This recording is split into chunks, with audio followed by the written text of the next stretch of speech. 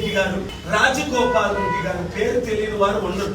వారిని నేను ప్రజాశాంతి పార్టీలో చేరమని గత ఎలక్షన్ ముందు ఆహ్వానించాను. మునుగోడలో రాజగోపాల్ రెడ్డి గారు బీజేపీ తరఫున పోటీ చేస్తే మీరు ఓడిపోతారన్నాను, ఓడిపోయారు. మరలా ఆయన కాంగ్రెస్ లో చేరి పోటీ చేయడం చాలా విచారకరం. ఎందుకంటే వాళ్ళ అన్నదమ్ములు, ఒక ఆయన ముఖ్యమంత్రి క్యాండిడేట్, ఒక ఆయన హోంమంత్రి క్యాండిడేట్. రేవంత్ రెడ్డి కంటే కనీసం 100 రెట్లు సీనియర్స్. కాంగ్రెస్ లో పుట్టి కాంగ్రెస్ లో పెరిగారు, కానీ అభివృద్ధి మాత్రం జీరో. ఎందుకు అభివృద్ధి జరగట్లేదు మనం ఆలోచిద్దాం. ఖజానాలో డబ్బు లేదు. ధనమైన రాష్ట్రం తెలంగాణ 2014లో ఇండియాకి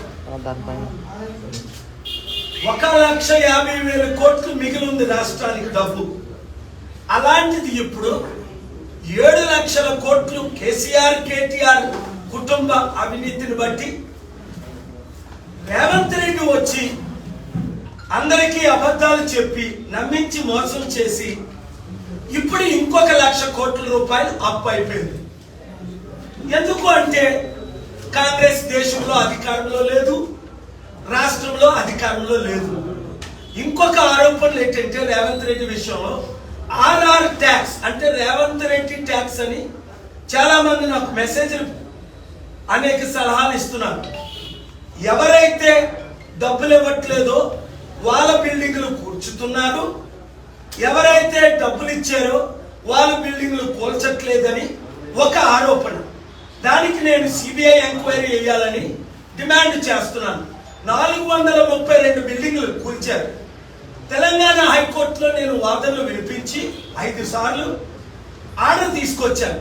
ఏమని? డ్యూ ప్రాసెస్ లేకుండా భూములు ఎవరు కబ్జా చేశారు, ఎవరు పర్మిషన్లు ఇచ్చారని చూస్తే 100 మంది.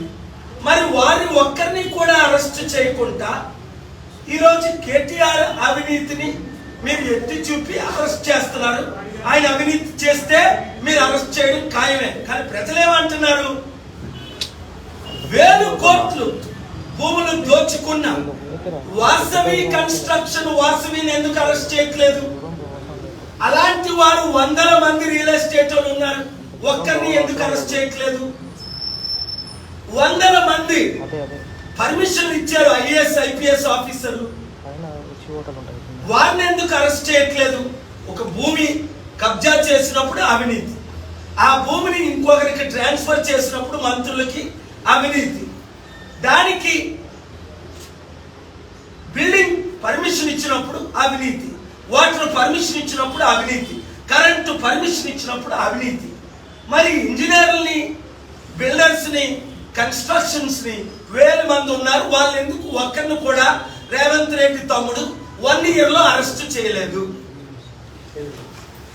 అందుకనే మరొకసారి నేను వారిని హెచ్చరిస్తున్నాను. చూడండి, రోడ్లు భవనాల శాఖ మంత్రి ఇలాకాలో రోడ్లు దుస్థితి ఘోరాతి ఘోరంగా ఉన్నదని ఒక టెక్స్ట్ పెట్టారు.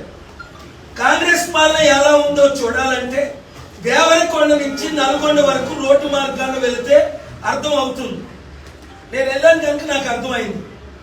వర్షం వస్తే పడవలేసుకొని వెళ్లాల్సిన దుస్థితి వస్తుంది.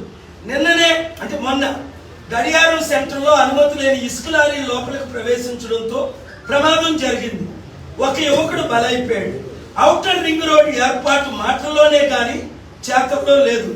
గత ప్రభుత్వంలో టిఆర్ఎస్ పాలనలో నల్గొండలోని రోడ్లు తప్ప పేదవారి బతుకులు మారలేదు. దత్తత తీసుకున్న కేసీఆర్ నల్గొండను డెవలప్ చేస్తా అన్నాడు, చేయలేదు.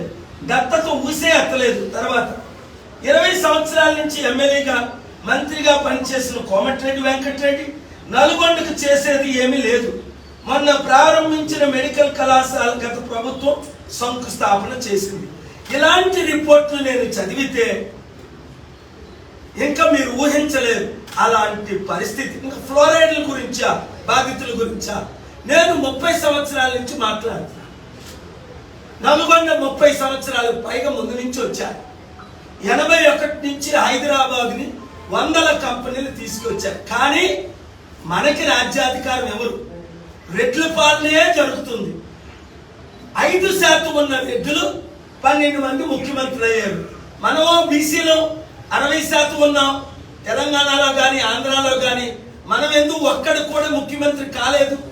కాంగ్రెస్ వాళ్ళు ఒక్కడిని కూడా ముఖ్యమంత్రి చేయలేదు. కేసీఆర్ ఒక్కడిని కూడా వెలమలు 1% ఉన్నోళ్ళు 2 ముఖ్యమంత్రులు అయ్యారు, కానీ ఒకడు కూడా ముఖ్యమంత్రి ఎందుకు చేయలేదు? వాళ్ళు చేయరు. ఆర్ క్రిస్టియా లాంటి మంచి బీసీ లీడర్సే వీళ్ళకి బానిసలు అయిపోతున్నారు. బీజేపీకి బ్రాహ్మణ పరిపాలన, నేను వ్యతిరేకిని కాదు ఆర్ఎస్ఎస్ బ్రాహ్మణులకి, కానీ వాళ్ళు వాడుకున్నది 2-3 కులాలే తప్ప బీసీ నినాదం లేదు, బీసీలు వాడుకోవట్లేదు. అందుకనే ఒక బీసీ అన్నగా మీతో చెప్తున్నాను, 60% ఉన్న మనం కులానికి అతీతం కనుక దళితుల అమ్మాయిని పెళ్లి చేసుకున్నాను. 16% ఉన్న దళితులు ఎస్సీ ఎస్టీలు మనతోనే ఉన్నారు. ముస్లిమ్స్ మనం 90% ఉండి రాజ్యాధికారం ఎప్పుడు వస్తుంది? 5% ఉన్న రెడ్లైనా మనం లేపుతారు. అలాగని నేను రెడ్లకు వ్యతిరేకమైతే కోమటిరెడ్డి గారు, రాజగోపాల్ రెడ్డి గారు, రేవంత్ రెడ్డి నన్ను పిలిస్తే అసెంబ్లీకి ఫిబ్రవరి 10 వెళ్ళినప్పుడు కలిసి మాట్లాడారు. నేను సార్ మమ్మల్ని పట్టించుకోవట్లేదు ఎందుకు? నేనన్నా మిమ్మల్ని నేను పట్టించుకుంటున్నాను, కాంగ్రెస్ పార్టీ పట్టించుకోలేదు. నిన్న కాక మొన్న చేరిన తెలుగుదేశం పార్టీ రేవంత్ రెడ్డి ముఖ్యమంత్రి చేసినప్పుడే మీకు తెలివితేటలుంటే రాజీనామా చేసి ప్రజాశాంతి పార్టీలో చేరి మీరు గెలుస్తారని మీకు తెలుసు. అభివృద్ధి నేను చేయగలనని మీకు తెలుసు. అప్పులు నేను తీర్చగలనని మీకు తెలుసు. నిరుద్యోగ సమస్య నిర్మూలన చేయగలనని మీకు తెలుసు. రైతులకు రుణమాఫీ చేయగలనని మీకు తెలుసు. కన్నీరు తొడవగలనని మీకు తెలుసు. కానీ మీ ఆ పనికిమాలిన పార్టీ సోనియా గాంధీ లీడర్షిప్ లో కాంగ్రెస్ పార్టీ సర్వనాశనం అయిపోయింది. కనీసం రాహుల్ గాంధీకైనా ఆ పార్టీని అప్పచెప్పదు, ప్రియాంక గాంధీకైనా ఆ పార్టీని అప్పచెప్పదు. 80 సంవత్సరాలను సోనియా గాంధీ దాదాపు ఇంకా నిలబడలేకపోయినా నడలేకపోయినా ఆవిడే నడుపుతుంది.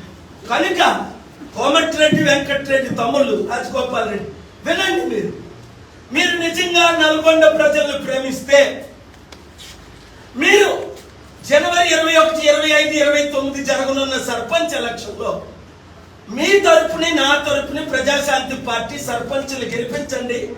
100 రోజుల్లో అభివృద్ధి చేసి చూపిస్తాం. 78 సంవత్సరాల్లో లేనిది అంతే. మీ ఓట్లు మీకు వేసుకోండి, మీ సర్పంచ్లు మీరు గెలిపించుకోండి. ప్రజాశాంతి పార్టీ మద్దతు దేశంలో సోనియా గాంధీకి బుద్ధి వస్తుంది, రాష్ట్రంలో ముఖ్యమంత్రికి బుద్ధి వస్తుంది. మీ సత్తా మీ నల్గొండ ప్రజలకు చూపించండి. మన బీసీ ఎస్సీ ఎస్టీలు గెలిపించండి. మీరు నిజంగా 2 అన్నదమ్ములు కులాలకు అతీతం అయితే బీసీలు నిలబెట్టండి, మేము 60% ఉన్నాం. దళితులను నిలబెట్టండి, మేము 16% ఉన్నాం. ముస్లిం క్రిస్టియన్స్ నిలబెట్టండి.